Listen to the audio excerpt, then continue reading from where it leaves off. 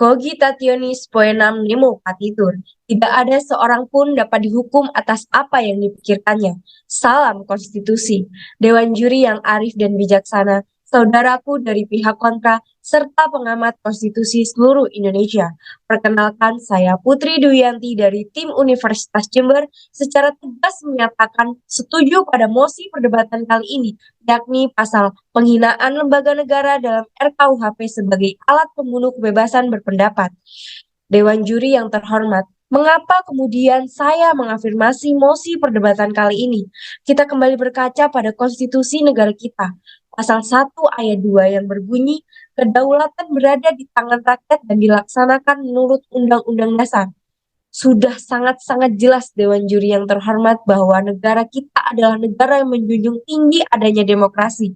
Demokrasi merupakan tonggak dalam kehidupan bernegara karena ia memberikan banyak arti penting yang apabila dijabarkan dan diterapkan akan membuat kehidupan bernegara ini terasa adil, nyaman, dan tanpa ada keraguan sedikit pun. Berbicara mengenai demokrasi, tentu saja bisa kita ilhami bersama bahwa kebebasan berpendapat merupakan bagian yang paling penting dari demokrasi. Apalagi hal ini kita artikan sebagai penilaian masyarakat luas atas kinerja yang dilakukan pemerintah kita. Sehingga dapat kita garis bawahi bahwa apa yang terkandung pada pasal 240 ayat 1 RKUHP yang menyebutkan setiap orang yang di muka umum dengan lisan atau tulisan menghina pemerintah atau lembaga negara dapat dipidana penjara maupun denda. Hal ini tentunya sangat tidak relevan dengan konsep demokrasi pada konstitusi negara kita, di mana masyarakat yang seharusnya memiliki hak untuk menyatakan penilaiannya pada akhirnya dibatasi bahkan dibungkam dengan aturan tersebut. Dewan juri yang terhormat, dapat kita ketahui bersama bahwa setiap warga negara Indonesia berhak untuk merasakan kebebasan berserikat, berkumpul, dan mengeluarkan pendapat, sesuai dengan yang diamanatkan oleh pasal 28 Konstitusi negara kita. Namun, hal yang paling sering memicu timbulnya sebuah persoalan dalam kehidupan bernegara ini adalah menanyakan kembali arti memiliki kebebasan mengeluarkan pendapat atau menyampaikan pendapat. Padahal sudah jelas Dewan Juri yang terhormat, sejatinya setiap makhluk hidup bebas untuk mengutarakan pendapat dan berekspresi di muka umum, tanpa seorang pun yang dapat membatasi atas apa yang ia pikirkan dan apa yang ia kemukakan. Apalagi hadirnya pasal 240 ayat 1 RKUHP tentunya sudah menyalahi makna daripada pasal 28 Konstitusi negara kita sendiri. Interupsi. Silahkan. Demokrasi yang digaungkan pada Dewan Juri yang terhormat, perspektif gagasan tentang demokrasi menurut Prof. Jimli Asidik adalah tetap memperhatikan penghormatan berdasarkan peraturan yang mengikat. Maka demokrasi tanpa pembatasan sama saja dengan suatu kekosongan hukum Dewan Juri yang terhormat. Baik, terima kasih. Salus Populis Suprema Lex, kemakmuran dan kesejahteraan rakyat adalah hukum yang tertinggi dari suatu negara. Dewan Juri yang terhormat, mengapa saya katakan pasal penghinaan terhadap lembaga negara adalah alat pembunuh kebebasan berpendapat? Zainal Arifin Mokhtar, seorang kepala Departemen Hukum Tata Negara FHUGM, menyatakan bahwa permasalahannya tidak akan berada pada pemahaman publik terkait pasal ini, tetapi permasalahan akan muncul pada aparat penegak hukum yang akan ragu membedakannya dikarenakan kecenderungannya berpihak kepada pemerintah yang dapat disebut sebagai penguasa.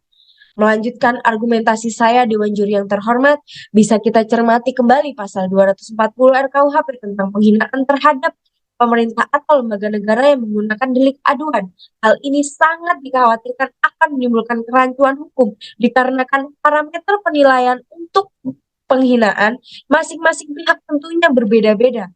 Dikemukakan pula oleh seorang pakar hukum tata negara Indonesia, Bivitri Susanti, bahwasanya model-model seperti RKUHP akan sangat membuat nyaman penguasa karena banyak pasal karet di dalamnya, termasuk soal kritik, soal ideologi yang melanggar Pancasila. Sehingga sudah jelas Dewan Juri yang terhormat, tidak adanya kepastian hukum bagi masyarakat dan prinsip-prinsip demokrasi serta keadilan akan semakin tercederai oleh pasal penghinaan dalam RKUHP. Sehingga melihat Dari fakta filosofis, yuridis, serta empiris, pasal 240 RKUHP akan lebih tepat apabila dihapuskan. Oleh karenanya, Dewan Juri yang terhormat, dengan pertimbangan yang sudah saya kemukakan, saya berpegang teguh bahwasannya pasal penghinaan lembaga negara dalam RKUHP merupakan art pembunuh kebebasan berpendapat. Lex regicit superflua, pugnantia incongrua, hukum menolak hal yang bertentangan dan tidak layak. Terima kasih, salam konstitusi.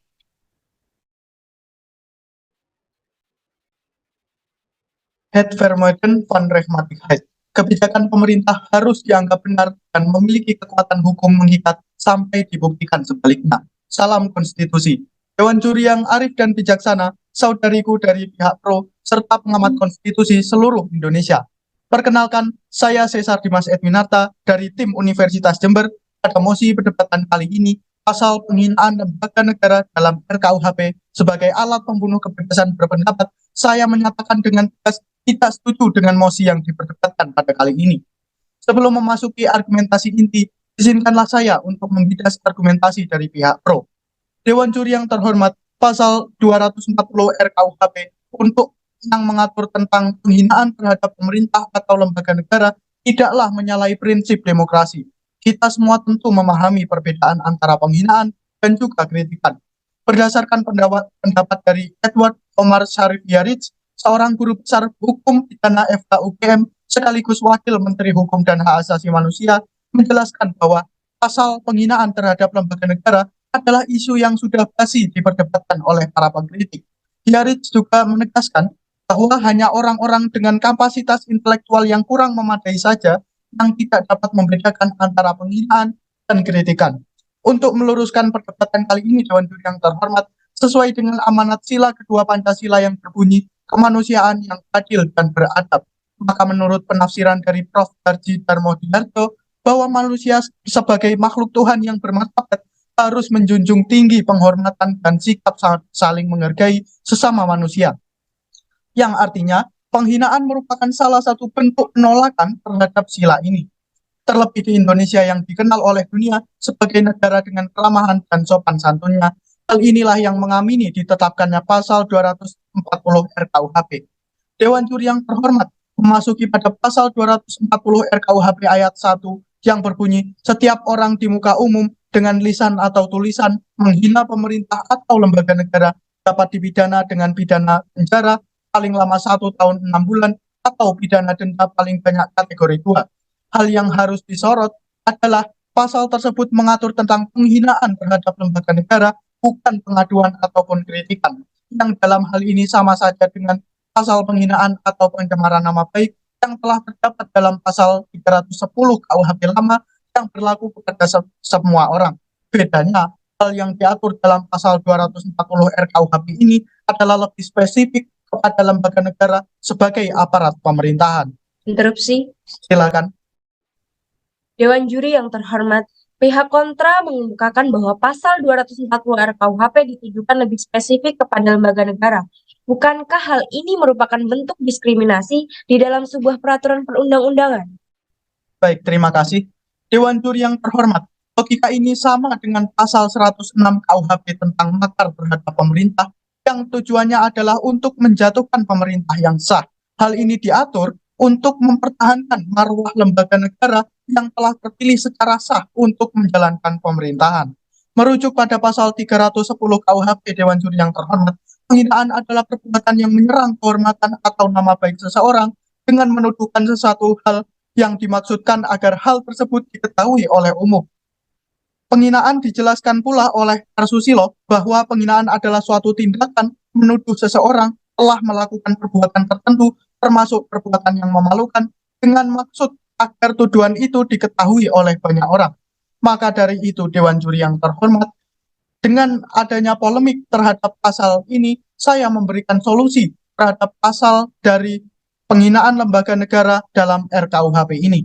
Yang pertama yakni memberikan pemahaman lebih lanjut kepada masyarakat bahwa penghinaan adalah hal yang tidak diperbolehkan secara tegas dan penghinaan berbeda pengertian dengan pengaduan atau kritikan.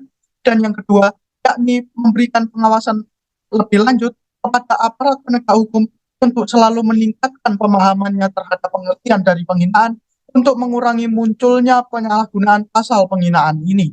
Oleh karena itu, Dewan Juri yang terhormat, saya mengajak Anda sekalian untuk sama-sama menyatakan dengan tegas tidak setuju terhadap mosi yang diperdebatkan kali ini. Pasal penghinaan lembaga negara dalam RKUHP sebagai alat untuk membunuh kebebasan berpendapat. Lex dura sed ita scripta. Hukum adalah keras, tetapi harus ditegakkan. Sekian dari saya. Terima kasih. Salam konstitusi. Baik, Dewan Juri yang terhormat, tiba saatnya kita di penghujung perdebatan kali ini. Saya sebagai pembicara simpulan, sekaligus menutup perdebatan kali ini, menyimpulkan dan menggarisbawahi pandangan dari masing-masing saudara saya dari pihak pro maupun dari pihak kontra. Poin pertama, Vox Populi Vox Dei. Suara rakyat adalah suara Tuhan. Pasal 240 ayat 1 RKUHP dianggap sudah mencederai konstitusi negara kita, tepatnya pada pasal 1 ayat 2 Undang-Undang Dasar Negara Republik Indonesia tahun 1945 yang menjelaskan bahwa kedaulatan tertinggi negara Indonesia berada di tangan rakyat, dan pasal 28 Undang-Undang Dasar Negara Republik Indonesia 1945 yang menjunjung tinggi adanya demokrasi. Penjelasan mengenai demokrasi dikemukakan oleh Prof. Jimli As-Siddiq bahwa demokrasi merupakan kebebasan yang tetap harus dibatasi oleh peraturan yang mengikat. Namun, yang perlu digarisbawahi di sini Dewan Juri yang terhormat, bahwa apabila peraturan yang digunakan adalah pasal 240 ayat 1 RKUHP, maka permasalahannya tidak akan berada pada norma hukumnya. Akan tetapi, permasalahan ini akan muncul pada para aparat penegak hukumnya yang cenderung rabun akan perbedaan penghinaan dengan kritikan dikarenakan kecenderungannya berpihak kepada pemerintah. Poin kedua, tidak jelasnya parameter kata penghinaan yang terdapat pada pasal 240 ayat 1 RKUHP menyebabkan pasal ini dianggap karet dan menimbulkan kerancuan hukum. Namun, hal ini kemudian kembali diluruskan oleh pasal 310 KUHP yang lama. Namun, yang menyebutkan penghinaan merupakan perbuatan yang menyerang kehormatan atau nama baik seseorang dengan menuduhkan sesuatu hal yang dimaksudkan agar hal tersebut diketahui oleh umum. Makna penghinaan dipertegas kembali oleh R. Susilo, bahwa penghinaan merupakan suatu tindakan menuduh seseorang telah melakukan perbuatan tertentu, termasuk perbuatan yang memalukan, dengan maksud agar tuduhan itu diketahui oleh banyak orang. Poin terakhir Dewan Juri yang terhormat, berdasarkan solusi yang ditawarkan oleh pihak pro, bahwa pasal ini seharusnya dihapuskan agar tidak terjadi penyalahgunaan terhadap pasal penghinaan lembaga negara. Sedangkan saudara saya dari pihak kontra mendalilkan sebaliknya, mendesak pemerintah agar segera mensosialisasikan lebih lanjut kepada masyarakat bahwasanya pasal 240 ayat 1 RKUHP ini bukan mengesampingkan kebebasan berpendapat, melainkan justru mengakomodir prinsip demokrasi berdasarkan peraturan yang mengikat. Maka dari itu, pasal penghinaan lembaga negara perlu untuk dilakukan kajian ulang, mengharmonisasikan dengan prinsip demokrasi yang diimpikan bangsa Indonesia sesuai yang didalilkan oleh saudara saya dari pihak pro maupun dari pihak kontra. Dewan Juri yang terhormat, Lex semper debit remedium. Hukum selalu memberikan solusi. Pasal 240 ayat 1 RKUHP memang menimbulkan banyak sekali pro dan kontra dalam masyarakat. Hal ini perlu untuk dilakukannya harmonisasi lebih lanjut guna mewujudkan pembaharuan KUHP yang lebih tepat serta mengakomodir kepentingan yang ada di dalam konstitusi Indonesia di masa mendatang. Lex nemimum sigit ad impossibilia. Hukum tidak memaksakan seseorang untuk melakukan sesuatu yang tidak mungkin. Dewan Juri yang terhormat dan pengamat konstitusi seluruh Indonesia, saya Ica Yunia atas nama tim Universitas Jember mengucapkan terima kasih atas perhatiannya. Salam konstitusi.